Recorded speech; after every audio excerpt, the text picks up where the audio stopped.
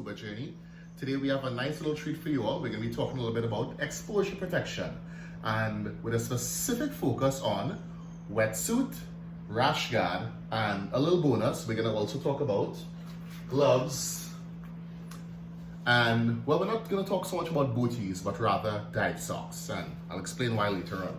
So basically, as a scuba diver, you will be purchasing different pieces of gear, and one of the first things that you will purchase, in fact the very first thing, would be a mask.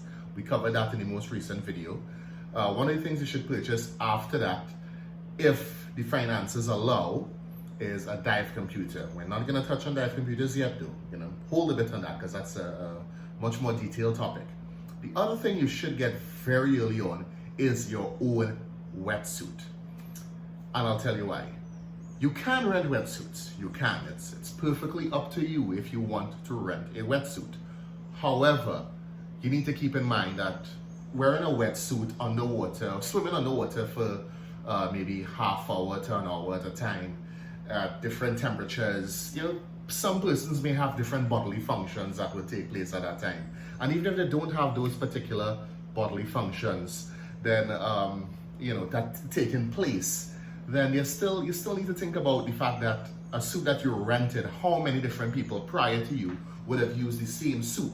And while the rental places, the hotels and the cruise ships and so on, they may have stuff that is properly sanitized. If you have your own wetsuit, you know for sure that it is properly cleaned every single time and it is sanitized properly.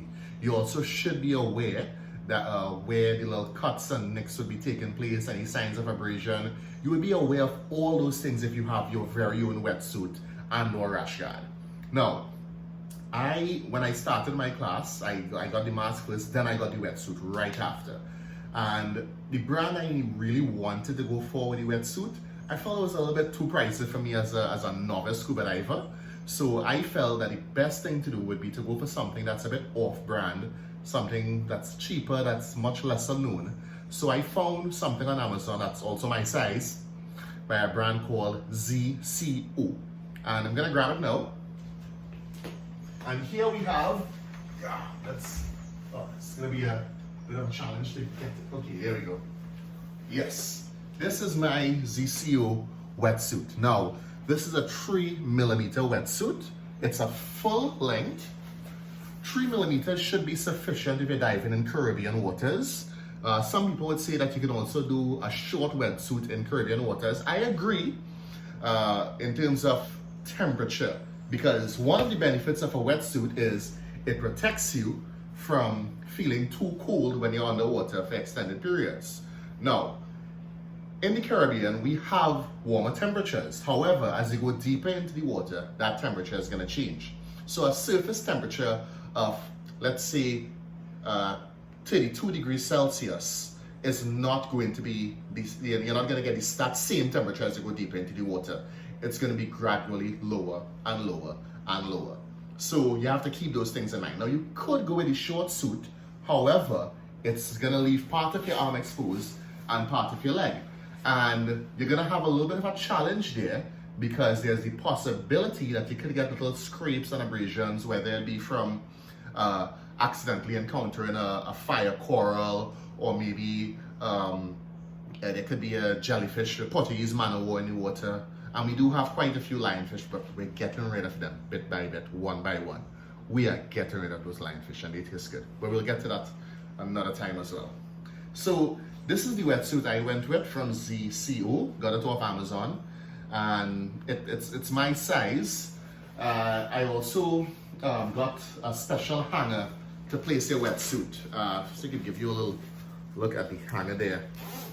These hangers are very important, and I'll tell you why. Because of the design being kind of broad, it protects the wetsuit from getting damaged here on the corners. If you use a normal hanger with a wetsuit, it will start to get a little wear and tear up there on the shoulders. So you need to get one of these that has a nice broad shoulders to hold the wetsuit properly.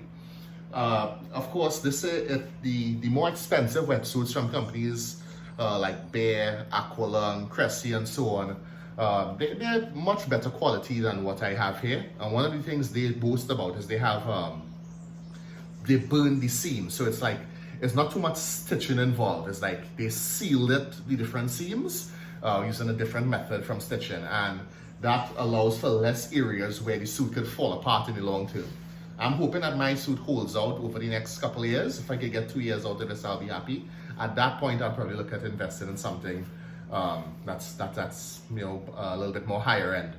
I used this in the pool, and it was fine. I used it in the sea as well, and I was fine with using it in the sea. It's a pretty good wetsuit, and hey. Oh, okay, yeah, so I have some videos from some of my other videos playing on the background there. Sorry about that.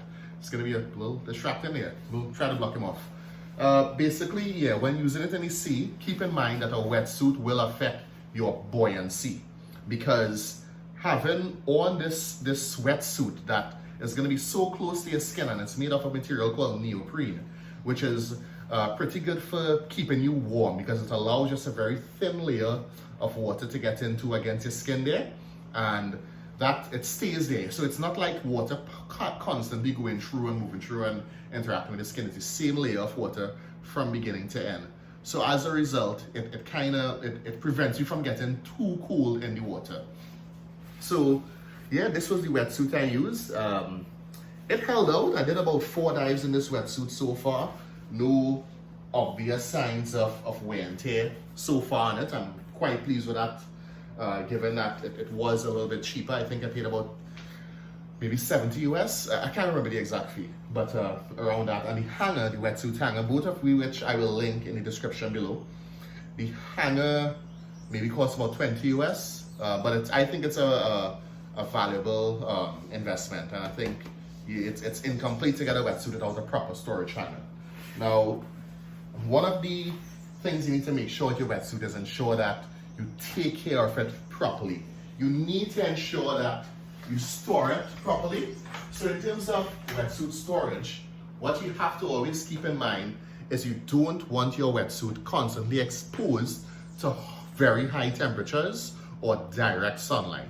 That is something that would start to generally affect the consistency of the neoprene material, and it will start causing it to basically get damaged. And we don't want that to happen, because this is protecting us. And we have to keep in mind that the most common injury that scuba divers actually experience is sunburn. So having a proper wetsuit that doesn't have any holes and so on limits the amount of sunburn you can possibly get, right?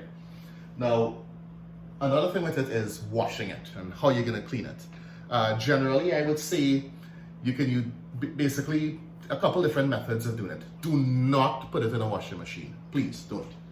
What you could do though is, with a couple of these, and I'm using this as an example, but you can actually put it in a sink or something that's about the same size.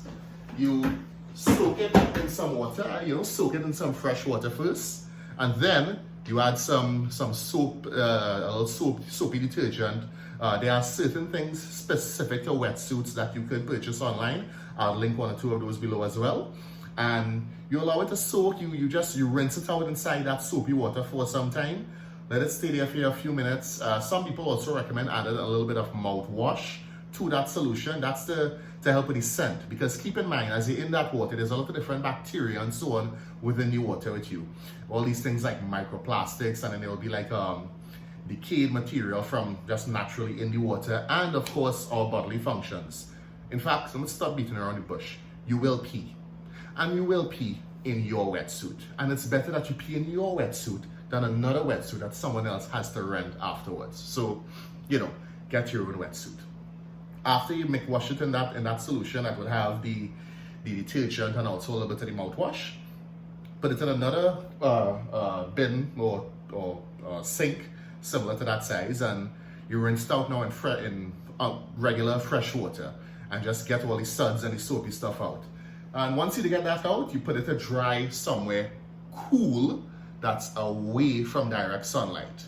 All right, you can't put this on your normal lines. If you have like your normal laundry lines, if you sun dry your clothes, you can't put it up there. It's gonna destroy the neoprene. But I enjoyed using that wetsuit, and I would highly recommend it. Of course, I don't have as much experience with some of the other brands to tell you what makes those better than this one, but so far I'm quite happy with it. In fact, I am so happy with it, I am considering buying a shorty of the same brand. So who knows, let's see. But before buying it, I'm gonna do a few more dives in this one. In this one here, before determining for sure if that's what I want to use. In addition to that, let's talk a little bit about my gloves of choice. So I went with the Cressy line for my gloves. Cressy is one of those brands out of Europe, Italy in particular. Yeah, supposed to be specific. It's from Italy, and these gloves have a nice grippy feel to them. It's 2.5 millimeter neoprene. So I mean, it's not the full tree, but this is still pretty good for my water here in the Caribbean. It does what it needs to do. It gives you the level of protection you should get, and it's not too difficult to operate your camera, use your gauges and so on with these gloves on. It's quite fun. Now, I have dive socks. I do not have booties. And the reason why is because of the fin that I purchased. I didn't get my fin as yet, it's on the way. We have a global situation to deal with that's gonna keep certain things from being delivered on time. So these are the socks I went with. It's also from Cressy. It's the Cressy Palmer LT 3mm. The fins that I went with are the Aqualung Storm. Lovely fin, really good reviews. A few other channels such as I think it's Scuba Diving Magazine, James from Divers Ready reviewed it, and a few other people, and it's pretty good. It's designed to be worn bare feet, but they also said that should you feel like we're in a dive sock with it, it's fine, there's no harm at all. And this is what I'm currently using together with that wetsuit there. Good stuff. So let's talk about your Rashguard now. Now, your Rashguard, scuba divers, we always want to be in the water. We also want to tell people that we're scuba divers. So I have this nice little Rashguard that I would use just when I'm going into the beach and so on. And the reason why I use a Rashguard is primarily because I don't want to use sunblock. Here's why. Sunblock protects the skin. Yes, I agree. Ultraviolet rays are bad. However, we don't want to have a situation develop where that sunblock that we apply to our skin washes off into our oceans and damages the reefs. Yeah, that happens. Most of the sunblock available commercially in Trinidad and Tobago is, those are the brands that would typically damage the reefs. So I'm not going to be purchasing them to use when I go to the beach. If I have to use the sunblock, I'll use it when I'm on the streets parading for carnival and so on, but not for, another video just started. Yeah, this is probably like the third one. Yeah, but I'm not going to be using sunblock when I'm going into the water at the beach and so on. So getting a Rashguard is a good idea because yes, we are scuba divers, we want to be under the water, but we can't do it all the time. Sometimes we're going to spend some time snorkeling up at the surface, or we might be chilling out with some friends on a regular beach day. A good Rashguard is a good investment, and this wasn't too expensive. This was maybe 20 US. Again, I'll link it below. And that's basically what I wanted to talk to you all about today. Pretty simple, straight to the point. I wanted to talk about the wetsuit that I purchased and let you know that I was impressed, given that I had very, very low expectations. I was quite impressed with it. I was also impressed with my Rashguard, and I like my choice of gloves and and dive sock. Who knows, maybe later on I'll be changing up the gear set that I use. I think that happens with a lot of scuba divers.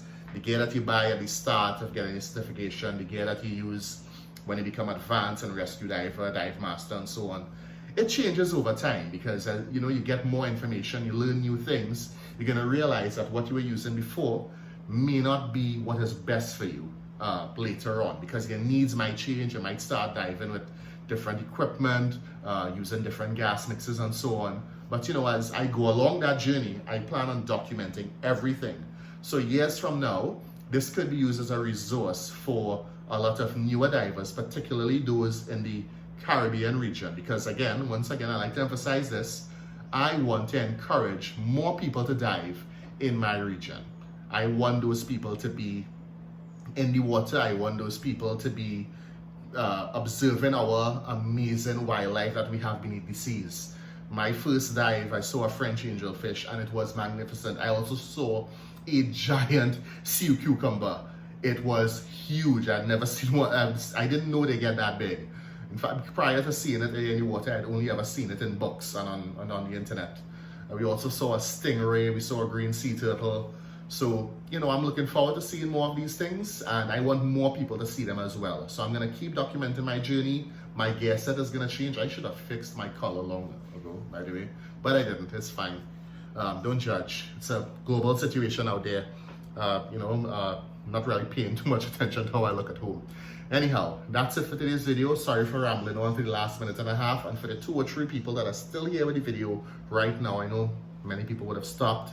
For those of you who stuck with me, just so you know, I have a couple new things coming along that I'm kind of excited about, and I look forward to sharing those things with you when I, get more gear and set them up and so on. But we'll get into that later on. Thanks for joining me. Remember to like, share, and subscribe. And yeah, keep good, folks. Take it easy. Bye. Stay safe. Oh, and yeah, there's more videos on the channel that this might be a good idea to leave those videos running in the background when filming inside this room. So thanks, folks. Bye.